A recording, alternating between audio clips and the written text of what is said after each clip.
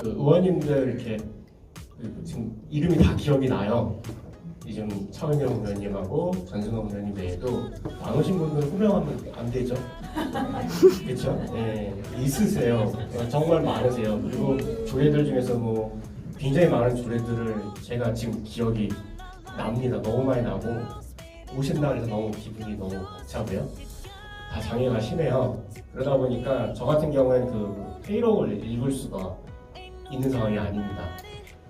그러니까 제가 페이록 하나를 완성해서 모니터링을 만들 때 저는 이틀이 걸려요. 딱 48시간. 토요일, 일요일 전부 씁니다. 하루는 키워드에 따라 작년에는 4가지 키워드를 보신 2가지였지만 키워드에 따라 전체 그 회의를 다 읽어보게 됩니다. 왜냐하면 의원님들 그 맥락에 따라 또 질문을 잘못 저희가 해석할 수가 있기 때문에 그걸 다 읽고 나서 거기에 핵심되는 차은영 의원님의 말씀이시나 전승헌 의원님의 질의응답의 말씀을 그대로 가지고 와서 그 인덱스가 되게 복잡해요.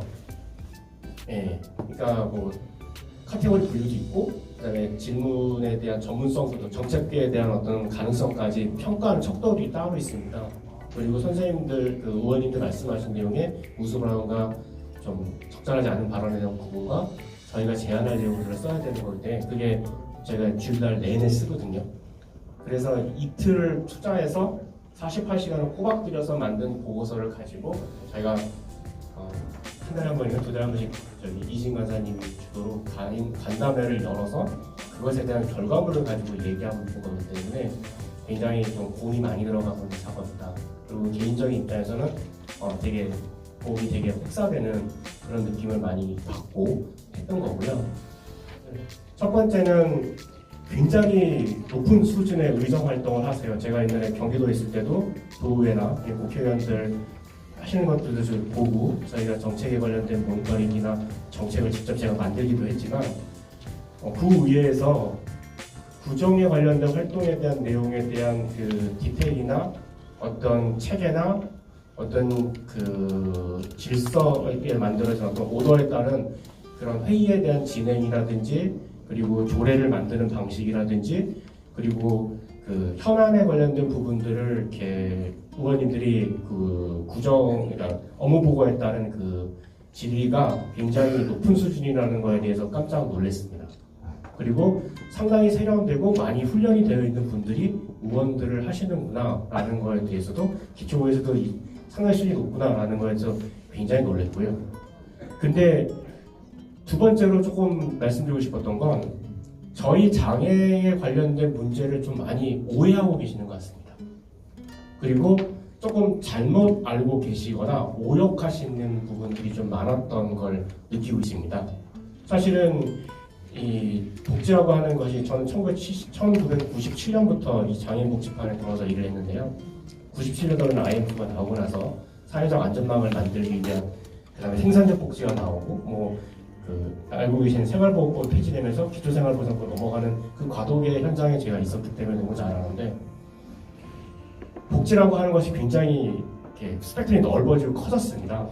특히 그 중에서 이런 표현을 쓰기는 그렇지만 어떤 그 대상자 집단이 되고 있는 장애인 그룹에 대한 것이 굉장히 많이 발전되어 있다고 생각하세요. 일정 수준의 틀은 갖춰져 있지만 그 당사자의 요구를 충족하기는 매우 미흡하다고 보는 게 지금 우리 현실인데 의원님들의 그 발언이나 내용을 보시면 장애인에 관련된 내용을 잘 모르시거나 아니면 좀 관심이 좀 없는 이런 부분들이 좀 많아서 조금 더 우리의 문제를 의원님들께 좀 더 흡수했으면 좋겠다라는 생각이 굉장히 많이 들었고요. 세 번째는 그 우리 문제에 대한 것보다도 의원님들이 정치가로서 큰 꿈을 꾸고 계실 텐데 정치라고 하는 건 우리가 느끼는 felt need, 그러니까 감지적 요구를 조금 더 expression need, 표현의 요구로 바꿔주시는 게 정치인이 하시는 일이 아닌가 생각이 듭니다. 우리같이 느꼈기 때문에 굉장히 투박하고 거칠고 세게 얘기하는 내용들을 의원님들이 그 이야기들을 모아서 조금 더 세련되고 조금 더 많은 사람들에게 그 저항감 없이 물같이 스며들 수 있는 정책적인 프로그램이 될 수도 있고요. 서비스가 될 수도 있고요. 그리고 제도가 될 수 있는 것들을 조금 더 면밀하게 만들어 주셨으면 좋겠다. 그런 얘기를 해보고 싶었습니다. 그래서 몇 가지 말씀을 드리면 장애인 비전기금을 좀 설치해 주십시오. 영등포구에는 두 개의 기금이 있어요. 하나는 양성평등기금하고요. 노인재활기금, 복지기금이 있습니다. 우리 장애인들을 위한 기금이 없습니다. 그걸 좀 만드시면 조금 더 우리가 활동하시거나 아니면 장애인 정책이 조금 더 장애인에 대한 복지가 조금 더 향상되지 않을까 생각이 들고요.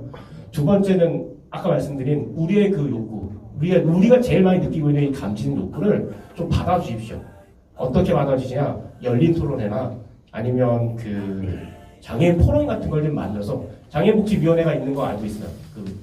유승용 의원이 말씀하신 그 조례에 있어서 참석자 범위나 이런 거 하는데 그거 말고 진짜 바닥에서 우러나는 그 감지된 욕구를 받아주시는 그런 열린 토론회나 그 장애인 포럼 같은 걸 좀 만들어서 좀 위원님들이 좀 와서 좀 들어주시고 그걸 가지고 또 제안해서 정책을 만들어 주시는 그런 걸 했으면 좋겠다. 사무국에 장애인 꼭 채용해 주셨으면 좋겠습니다.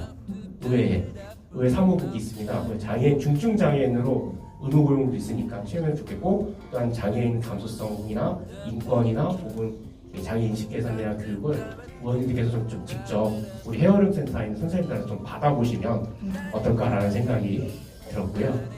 끝으로는 좀 보여드리면 작년 재작년 우리가 그 몇 가지 그 영등포군의 그 재난 안전에 관련된 것 중에 지진 관련된 부분이 있는데요.